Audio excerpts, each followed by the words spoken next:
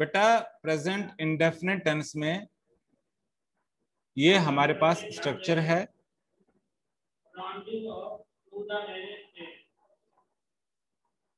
Structure में हम subject के बाद वर्ब की फर्स्ट फॉर्म और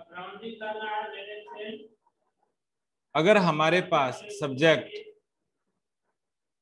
we, you, they, I plural nouns है तो सिर्फ और सिर्फ वर्ब की फर्स्ट फॉर्म ही यूज करते हैं और उसके बाद फिर हम ऑब्जेक्ट का यूज करते हैं।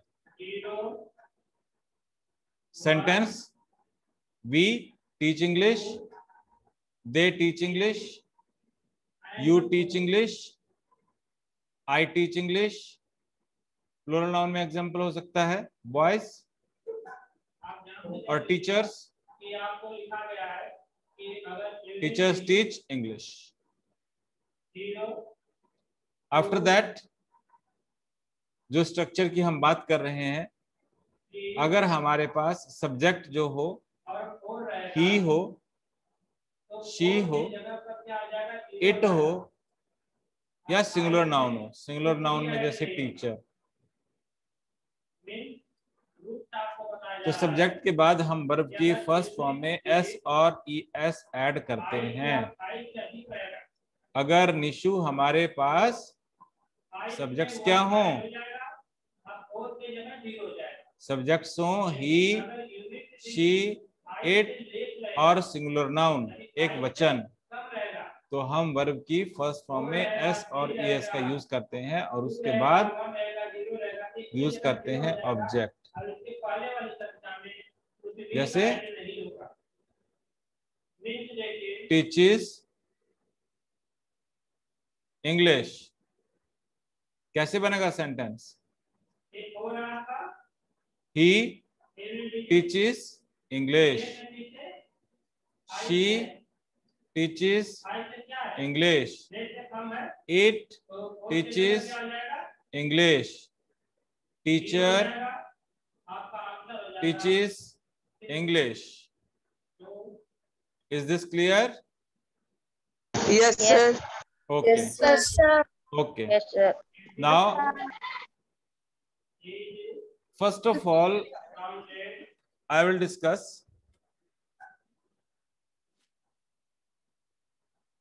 जो हम टाइप्स बनाते हैं। पहला टाइप होता है अफर्मेटिव।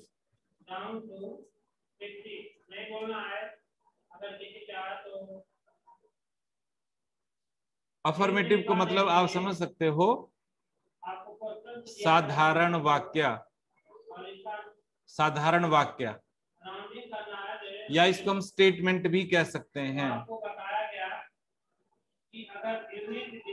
ये सेंटेंस कैसे बनता है, मतलब पॉजिटिव सेंटेंस।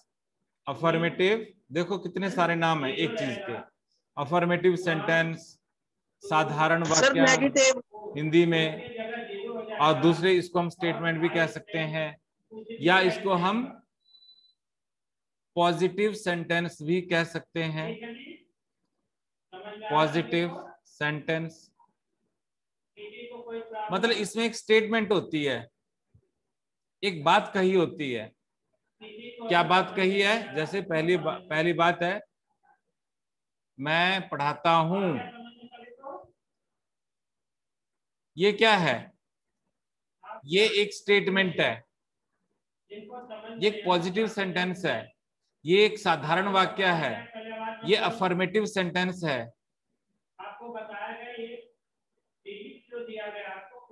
दूसरा वाक्य क्या बनेगा इसमें? अगर मैं पढ़ाता हूं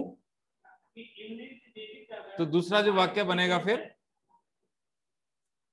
जो दूसरा टाइप होगा बच्चों वो होगा नेगेटिव।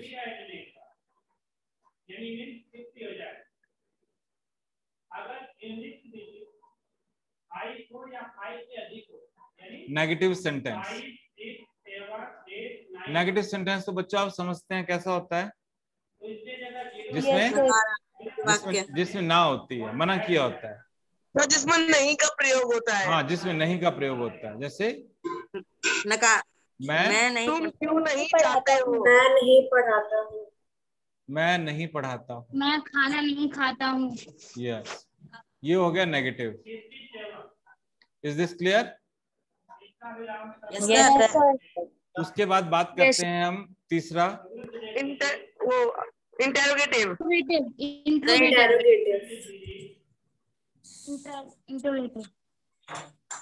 इंटरोगेटिव। इंटरोगेटिव मतलब जिसमें क्या रहता है? जिसमें क्यों आता है? प्रश्न पूछा जाता जिसमें है। प्रश्न जिसमें होता है। प्रश्न पूछते हैं क्यों जैसे- आता है? क्या वर्ड आ गया? क्या जैसे वर्ड क्या? आ गया जाता है? मैं पढ़ाता हूँ। पढ़ाता हूँ। क्या मैं गाँव जाता हूँ? क्या मैं गांव जाता हूँ? सर क्वेश्चन मार्क आएगा पीछे। और उसके बाद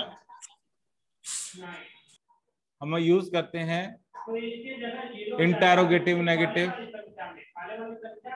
ये भी पढ़े होंगे आपने। Yes yes sir. Interrogative negative yes sir. मतलब जिसमें प्रश्न भी होता है और और ना भी होता है। नहीं का। नहीं भी होता है। जैसे क्या मैं नहीं पढ़ाता हूँ? क्या? क्या मैं नहीं पढ़ाता हूँ? मैंने प्रश्न नहीं मैं पूछा। नहीं पढ़ाता हूँ। और पांचवा जो होता है बच्चों, वो होता है WH फैमिली का। WH फैमिली वाला भी कैसा होता है? जिसमें वट होता है इंग्लिश में, है ना, या वैन होता है, या वाई होता है। मतलब जिस वाक्य में लिखा हो कब, कैसे, क्यों, ये जब लगा होता है ना तो वो WH फैमिली का होता है। Excuse me sir. बेटा वेट, वट, व्हेन, भाई, वेयर, है ना, और H से हाउ। तो इसमें, हाँ, तो इसमें वाक्य क्या बन गया? मैं क्यों पढ़ाता हूँ। ये आपका WH फैमिली का हो गया, मैं क्यों पढ़ाता हूँ। Is this clear? Yes sir. बच्चों ध्यान देने वाली बात है, जब हमें नेगेटिव सेंटेंस बनाना है तो नेगेटिव सेंटेंस बनाने के लिए हमें हेल्पिंग वर्ब का यूज करना पड़ेगा। देखो फिल्म देखते हो ना आप, है ना, फिल्म में हीरो होता है ना, ये हीरो है ना, लेकिन आपने कभी हीरो के साथ में देखा होगा एक और सपोर्टिंग एक्टर होता है, हेल्पर होता है, नहीं होता है?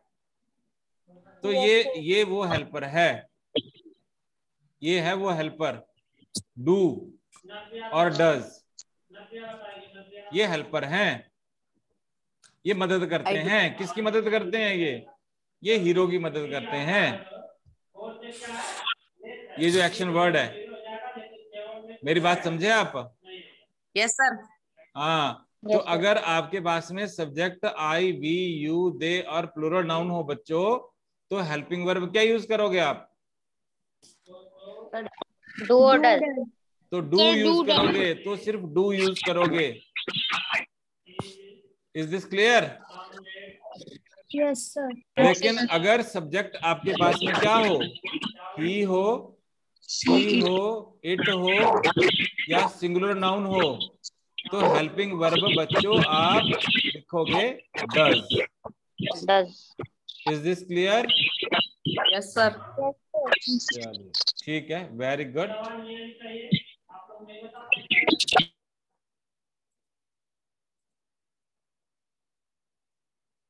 तो अब नेगेटिव बनाना है मैंने, तो क्या बनेगा? पॉजिटिव तो बना दिया था हमने, आई टीच इंग्लिश। नेगेटिव क्या बनेगा? I do not teach English. Yes, I don't. Do not का कॉन्ट्रैक्टेड फॉर्म डोंट, और डज नॉट का contracted form does not doesn't. Don't को हम कहते हैं डज नॉट, और डजंट को कहते हैं डज नॉट। तो कॉन्ट्रैक्टेड फॉर्म डू नॉट की डोंट और डज नॉट की डजंट। तो I don't Teach teach English. teach English. Pen is not working properly. I do not teach English.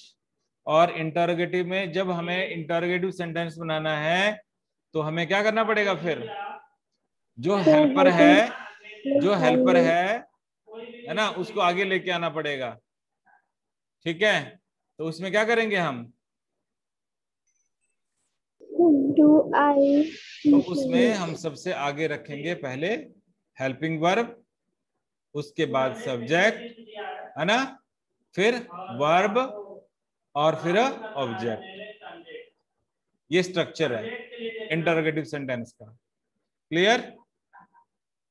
Yes, sir. तो सेंटेंस के बन के फिर बच्चों, do I, Teach English. Do I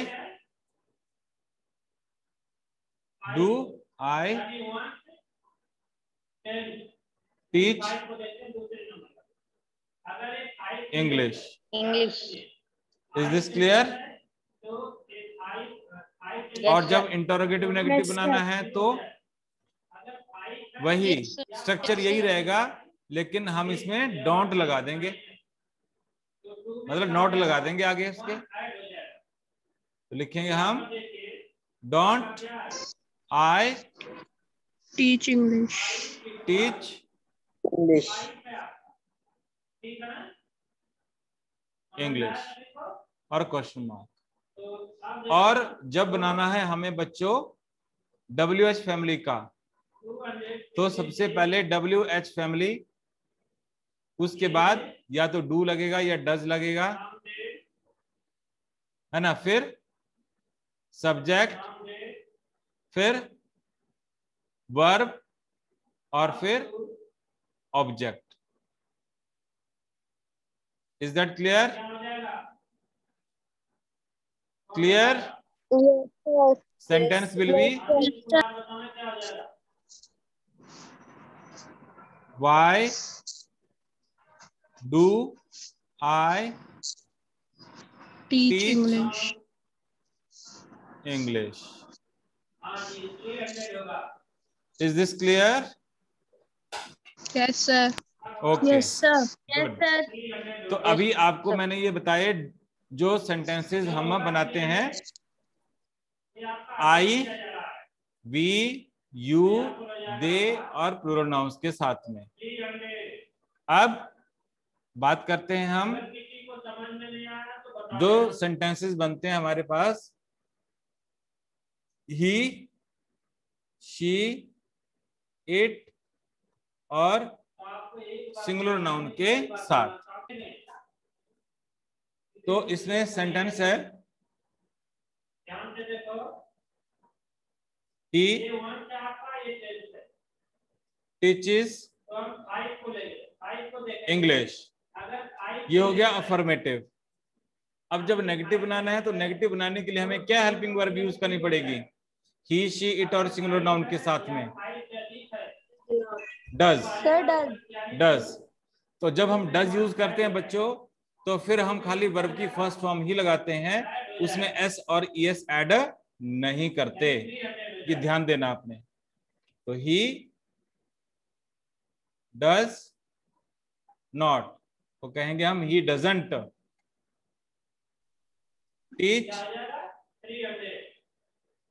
English.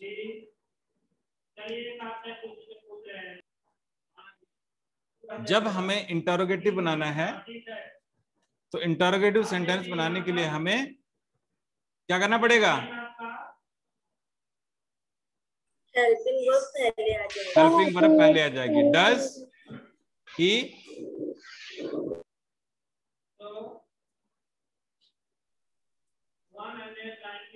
Teach English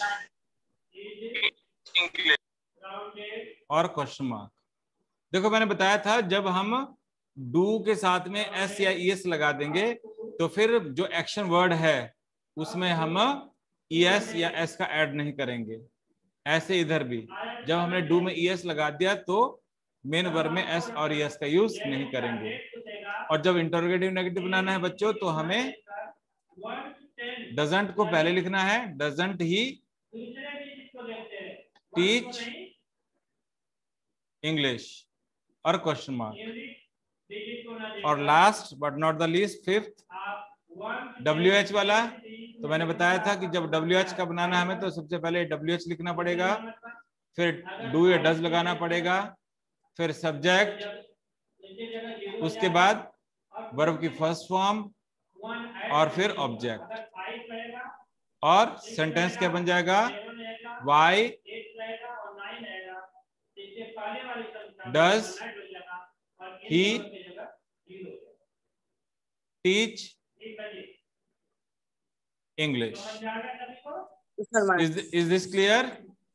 Yes, sir. Okay, good. Yes, sir. Now we will discuss the work which I have given.